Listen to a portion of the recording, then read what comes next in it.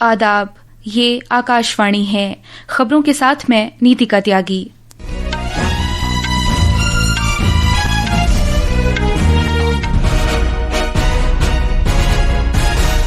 वजीर आजम नरेंद्र मोदी और मॉरिशस के उनके हम मनसब नवीन चंद्र रामखुलाम ने वाराणसी में बातचीत की है।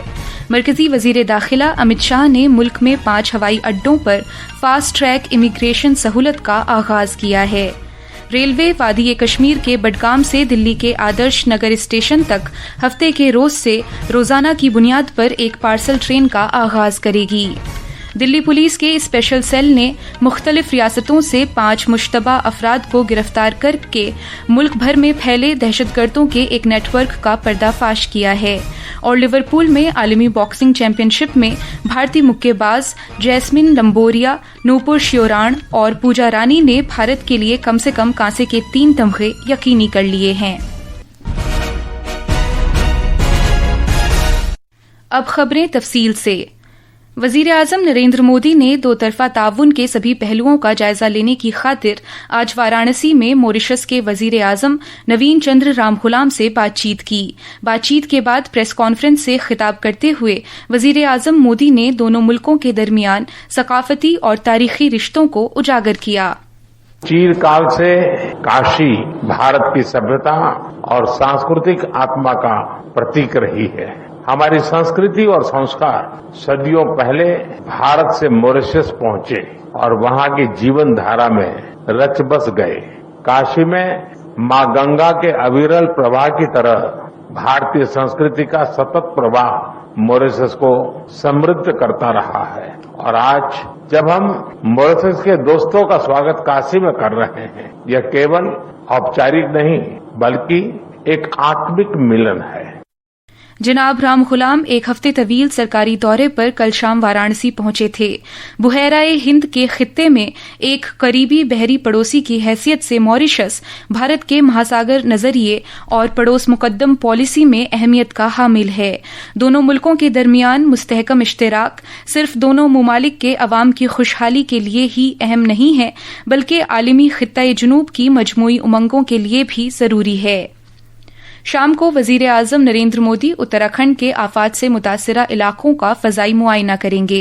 उसके बाद जनाब मोदी ओहदेदारान के साथ आला सतह की एक जायजा मीटिंग की सदारत करेंगे। मरकजी वजीर दाखिला अमित शाह ने आज लखनऊ, तिरुवनंतपुरम, तिरुचि, कालीकट और अमृतसर हवाई अड्डों पर fast track immigration trusted traveller programme का आगाज किया। इस प्रोग्राम का मकसद बैनुल-अक़वामी सतह पर आमदोरफ्त को तेज और बिला रुकावट बनाना और इमिग्रेशन की मंजूरी में सहूलत पैदा करना है। ये भारतीय शहरियों और दीगर मुमालिक से आने वाले भारतीय ओवरसीज शहरियों के लिए ज्यादा सहूलत फराहम करेगा। ये प्रोग्राम ई-गेट्स या ऑटोमेटेड बॉर्डर गेट्स पर चलाया जाएगा, जिससे इमिग्रेशन की मंजूरी में कम से कम इंसानी दखल होगा। इस मौके पर खिताब करते हुए जनाब शाह ने इस बात को उजागर किया कि फास्ट ट्रैक इमिग्रेशन प्रोग्राम एक पुरएतमाद ट्रैवलर प्रोग्राम है जो इमिग्रेशन तेज और रुकावट से मुबर्रा बनाता है। Fast track immigration trusted travel programme convenience और नेशनल सिक्योरिटी दोनों को बढ़ावा देने वाला एक प्रकार से कार्यक्रम है। 2024 में दिल्ली से उसका शुभारंभ हुआ, फिर मुंबई, चेन्नई, कोलकाता, बेंगलोर, हैदराबाद, कोचीन और अहमदाबाद एयरपोर्ट इसमें शामिल हुए और आज ये 5 एयरपोर्ट फिर जुड़ रहे हैं। तो कुल 13 एयरपोर्ट का एक साथ आज कार्यवाही शुरू हो रही है। रेलवे के मरकजी वजीर अश्विनी वैष्णव ने आज बताया कि रेलवे सनीचर से कश्मीर वादी के बडगाम से दिल्ली के आदर्श नगर स्टेशन तक रोजाना एक पार्सल ट्रेन चलाने जा रहा है। ये रेलगाड़ी फल और दस्तकारी के डीलरों को मुल्क भर में अपनी मसनूआत पहुंचाने के लिए एक मुतबादिल फराहम करेगी। उन्होंने ये भी कहा कि बडगाम से दिल्ली सेब लाने वाले 2 पार्सल वैन की लोडिंग आज से शुरू हो रही है। नेपाल में जारी सियासी उथल पुथल के दरमियान उबूरी सरकार की क़यादत के बारे में फैसला करने की गरज से नेपाल के सदर रामचंद्र पौडेल, फौज के सरबराह अशोक राज सिगडेल और जेनजी नौजवानों के नुमाइंदों के दरमियान बातचीत होने वाली है।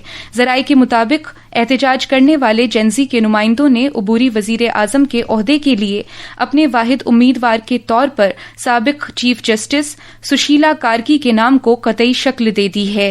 इससे पहले नेपाली फौज के साथ जेनजी के तबादला ख्याल में बराह रास्त मुंतखबा एग्जीक्यूटिव के निज़ाम जेनजी को शामिल करने के लिए विफाकी पार्लियामेंट का इंतखाब साल 1989 के बाद सरकारी ओहदों पर फाइज रहने वाले तमाम ओहदेदारान के असासों की छानबीन जैसे उमूर शामिल थे।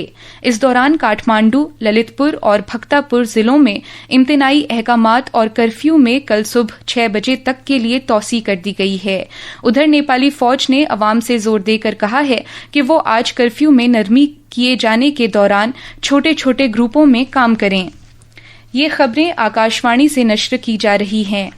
दिल्ली पुलिस के स्पेशल सेल ने पूरे मुल्क में फैले दहशतगर्दों के एक नेटवर्क का पर्दाफाश किया है और मुख्तलिफ रियासतों से 5 मुश्तबा दहशतगर्दों को गिरफ्तार किया है। नई दिल्ली में एक प्रेस कॉन्फ्रेंस से खिताब करते हुए स्पेशल सेल के एडिशनल सीपी प्रमोद सिंह कुशवाहा ने कहा कि उन्हें दिल्ली, झारखंड, तेलंगाना और मध्य प्रदेश से गिरफ्तार किया गया है। उन्होंने ये भी बताया कि दिल्ली पुलिस ने देसी बम बनाने में इस्तेमाल होने वाली अशिया भी बरामद की हैं। जनाब कुशवाहा ने कहा कि असल मुलजिम झारखंड के शहर रांची का बाशिंदा अशहर दानिश पाकिस्तान से कार्रवाई करने वाले के राब्ते में था और उसने पूरे ग्रुप को जोड़ा था।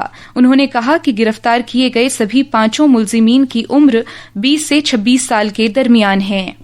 Pan India terror module bust किया है under the aegis of intelligence agencies और in coordination with state police and ATS of Maharashtra, Karnataka, Jharkhand, Madhya Pradesh and Telangana. इसमें 11 लोग डिटेन किए थे पर फाइनली अरेस्ट हमने 5 लोगों को किया है। इनका प्लान था कि एक जगह एक्वायर करेंगे और उसके बाद में एक टीम तैयार करेंगे जिसको ये कह रहे थे कि ये हमारा लश्कर होगा खिलाफत के लिए, गजवा हिंद या जिहाद करेंगे। वजीर आजम नरेंद्र मोदी ने कल कतर के अमीर शेख तमीम बिन हमद अल सानी से टेलीफोन पर बातचीत की और दोहा में हालिया हमलों पर गहरी तशवीश का इजहार किया। एक सोशल मीडिया पोस्ट में वजीर आजम मोदी ने कहा कि भारत कतर की सालिमियत और खुद मुख्तारी की खिलाफ वर्जी की मजम्मत करता है। उन्होंने कहा कि भारत बातचीत और सिफारतकारी के जरिए मसाइल को हल करने की हिमायत करता है और कशीदगी से गुरेज करने पर जोर देता है। कतर के वजीर आजम शेख मोहम्मद बिन अब्दुर्रहमान बिन जासिम अल सानी ने दोहा में इसराइल के हलाकत खेज फजाई हमले के बाद इसराइल के वजीर आजम बिन्यामिन नेतन्याहू को रियासती दहशतगर्दी की पादाश में इंसाफ के कटहरे में खड़ा करने की बात कही है। अक़वाम मुत्तहिदा इंसानी हुकूक काउंसिल UNHRC में भारत के नुमाइंदे ने पाकिस्तान के बयानात को झूठ का पुलिंदा करार देकर उसकी जबरदस्त सरजनिश की है। भारत के जवाब देने के हक के दौरान इजहार ख्याल करते हुए भारत के मुस्तकिल मिशन के काउंसलर क्षितिज त्यागी ने पाकिस्तान पर इल्जाम लगाया कि वो दहशतगर्दों की इयानत कर रहा है और प्रोपेगेंडा फैलाने के लिए बैनुल-अक़वामी फोरमों का बेजा इस्तेमाल कर रहा है। माहौलियात, जंगलात और आबो हवा की तब्दीली के महकमे के वजीर भूपेंद्र यादव ने आज ग्रीन फाइनेंस की ये कहते हुए सताइश की है कि ये लचकदार और मुसाबिकती मईशतों की बुनियाद है। नई दिल्ली में एक तकरीब से खिताब करते हुए जनाब यादव ने कहा कि सनतों को सिर्फ अपने मुनाफे को जहन में नहीं रखना चाहिए बल्कि माहौलियात पर क्या असरात होंगे इस पर भी गौर करना चाहिए। और लिवरपूल में होने वाली आलमी बॉक्सिंग चैंपियनशिप में जैस्मिन लंबोरिया, नूपुर श्योराण और पूजा रानी सेमीफाइनल्स में पहुंच गई हैं, जिससे भारत के लिए कम अज कम कांसे के 3 तमगे जीतना तय हो गया है। और अब आखिर में खास खबरें एक बार फिर। वजीर आजम नरेंद्र मोदी और मॉरिशस के उनके हम मनसब नवीन चंद्र राम गुलाम ने वाराणसी में बातचीत की है। मरकजी वजीर दाखिला अमित शाह ने मुल्क में 5 हवाई अड्डों पर फास्ट ट्रैक इमिग्रेशन सहूलत का आगाज किया है। रेलवे वादी कश्मीर के बडगाम से दिल्ली के आदर्श नगर स्टेशन तक हफ्ते के रोज से रोजाना की बुनियाद पर एक पार्सल ट्रेन का आगाज करेगी। दिल्ली पुलिस के स्पेशल सेल ने मुख्तलिफ रियासतों से 5 मुश्तबा अफराद को गिरफ्तार करके मुल्क भर में फैले दहशतगर्दों के एक नेटवर्क का पर्दाफाश किया है। और लिवरपूल में आलमी बॉक्सिंग चैंपियनशिप में भारतीय मुक्केबाजों ने भारत के लिए कम से कम कांसे के 3 तमगे यकीनी कर लिए हैं। इसके साथ ही खबरों का ये बुलेटिन खत्म हुआ।